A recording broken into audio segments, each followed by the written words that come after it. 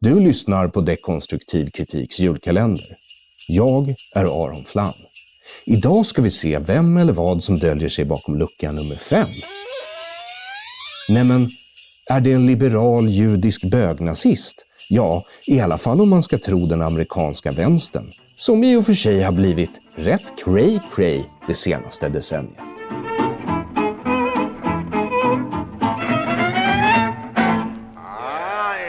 You did work for Daily Show for a while back in the late 90s, right? Yeah, well, I was an intern over there at a really interesting time, actually, because Craig Kilborn was the first host of the Daily Show, who was a guy that came over from SportsCenter on ESPN, who I really liked. And he had just left and Jon Stewart had just taken over. So it was an interesting time because their senses of humor were very different. There was a lot of turnover with the writers because their styles were very different. And the Daily Show wasn't what it eventually became at that point. It was just catching on. It was just at the beginnings of that. But it was great to be around. But it is fair. Yeah. It is fair to call Jon Stewart a populist for the left, isn't it? Yeah, absolutely. And that's exactly my point. That's a great point. So there are populists on the left, a guy like Jon Stewart, he's giving you the exact populism of the left. But if you were to say to the average leftist, oh my God, that person's a populist, they would go, uh-oh, that means they're somehow right wing. So you're making a great point and an important distinction there. But I had a couple interactions with Jon, and I'll tell you this, you'll appreciate this as a comic. I was young, I was just out of college, I guess. And I was at a party and I went up to him. And again, he wasn't the Jon Stewart we all know now, but was certainly a celebrity and has his own TV show. And I said, hey, Jon, I'm an intern here. My name's Dave. I'm a stand-up. I said, is there one bit of advice you could give me? Which now in retrospect as a comic sounds like the stupidest and most corny thing you could ever say to a comedian. But without pausing, without even thinking, he said 2 words: don't stop. And interestingly, it really, that has so always resonated with me, because what he's saying there is, yeah, it's going to suck. It's going to suck. You're going to watch great comics disappear. You're going to watch guys that suck get to the top. You're going to have to perform at shitty clubs. You're going to have to starve at times. You have to stand out on the street and hand out tickets and all these horrible things.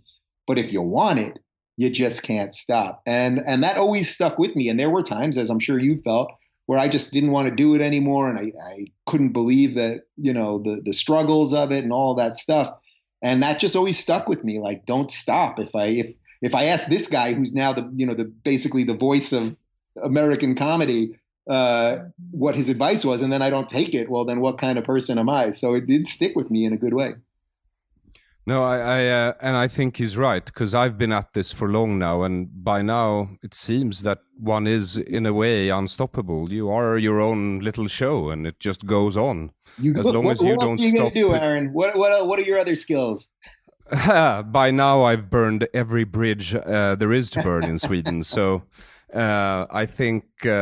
I have no choice, basically. Yeah, exactly. Usually when it comes to, the kids, they say YOLO, you only live once. Well, I think it is basically it's the terrors of my past and the bleakness of my future that keep me centered in the now.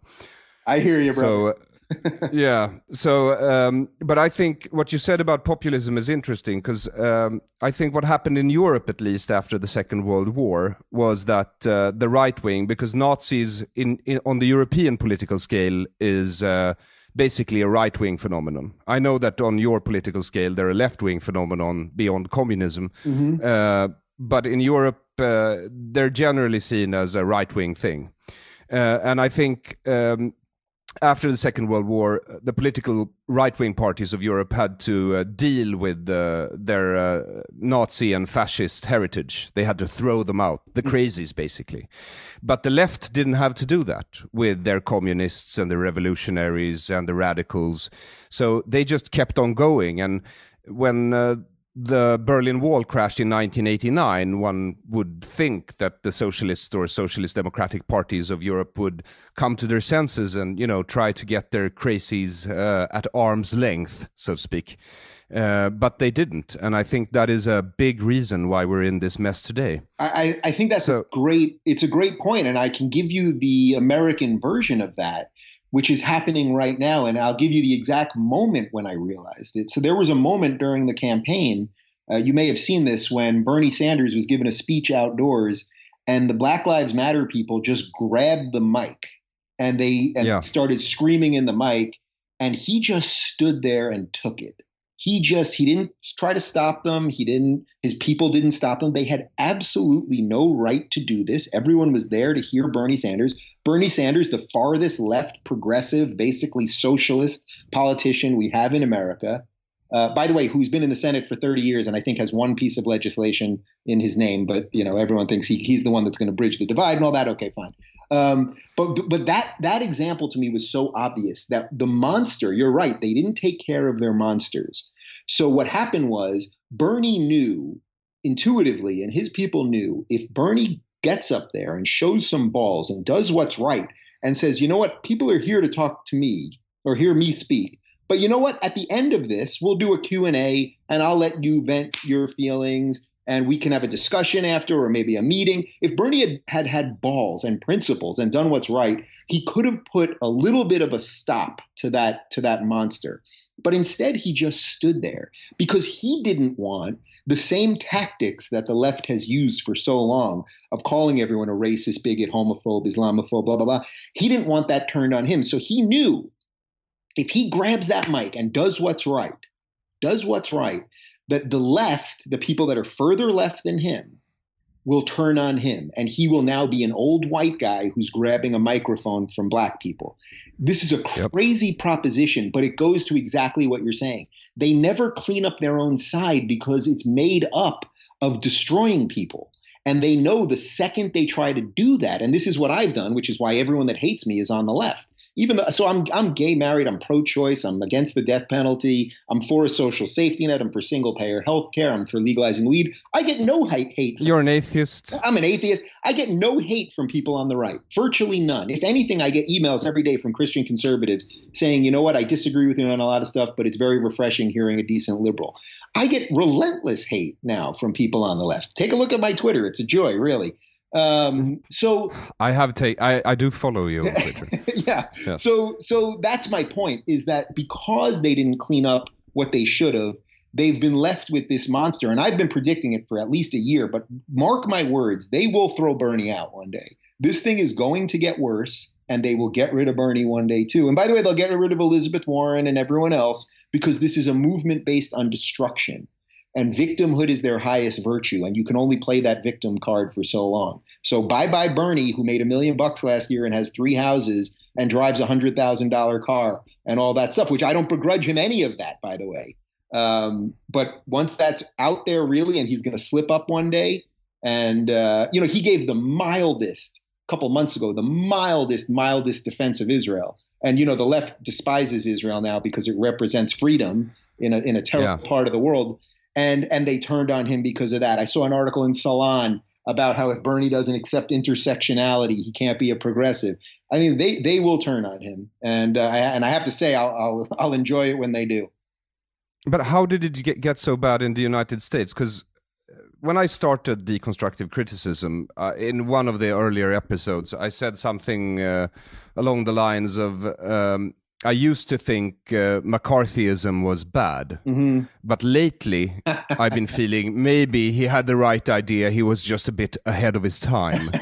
But in Europe we never dealt with socialism. But you Americans, you really dealt with socialism in a very harsh way. How come this is happening now? How can this have spread so far through your system? Well, I think it has a lot to do with what I was saying about hashtag resistance and the idea that these ideas, this oppression Olympics stuff, this intersectionality stuff, viewing everyone on their immutable characteristics. The left will scream that everyone on the right's a racist, and they're the ones who constantly are looking at everyone's sexuality and race and color and all those things, and whether do you have a limp or not, because then we have to judge you differently, and all this nonsense.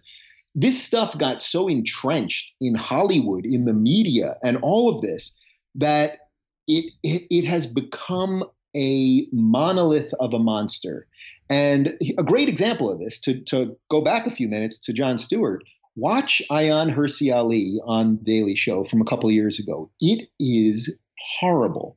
John, it is the single worst moment I've ever seen of John. He is so dismissive of Ayan, and because she doesn't play the identity politics game, and she goes in there and talks about the individual. She talks about radical Islam. I'm sure I don't have to tell you or your audience the story about her. I mean, this is a woman who has lived through it, and there are dead bodies to prove it.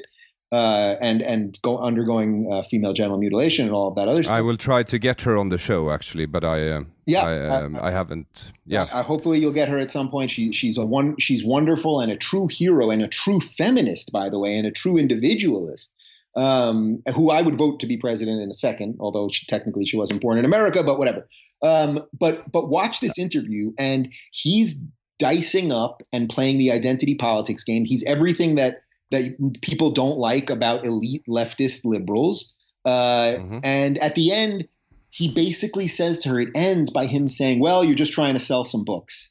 I've never seen him that disrespectful or dishonest or smug to any other guest ever, including plenty of people on the right and Republicans and all that. But my point in this is that this is what's happened. This is the guy who was thought of as the conscience of America for the last 10 years and all this stuff. And by the way, by me even telling this story, I'll get a certain amount of hate because you're not allowed to say anything about him. I respect him, actually, and I would love to have him on the show, and I would try to unpack that whole situation. But to your point, this thing became so monstrous that right now the left will look at someone like Linda Sarsour, who is an Islamist, and think that she's a feminist, and they'll look at Ayaan Hirsi Ali, and the Southern Poverty Law Center will put her on an anti-Muslim extremist list. So everything's backwards, and in a time when everything's backwards, if you bring a little sanity to the situation, like you're trying to do, like I'm trying to do, like some other people are trying to do, there is a price to pay for it.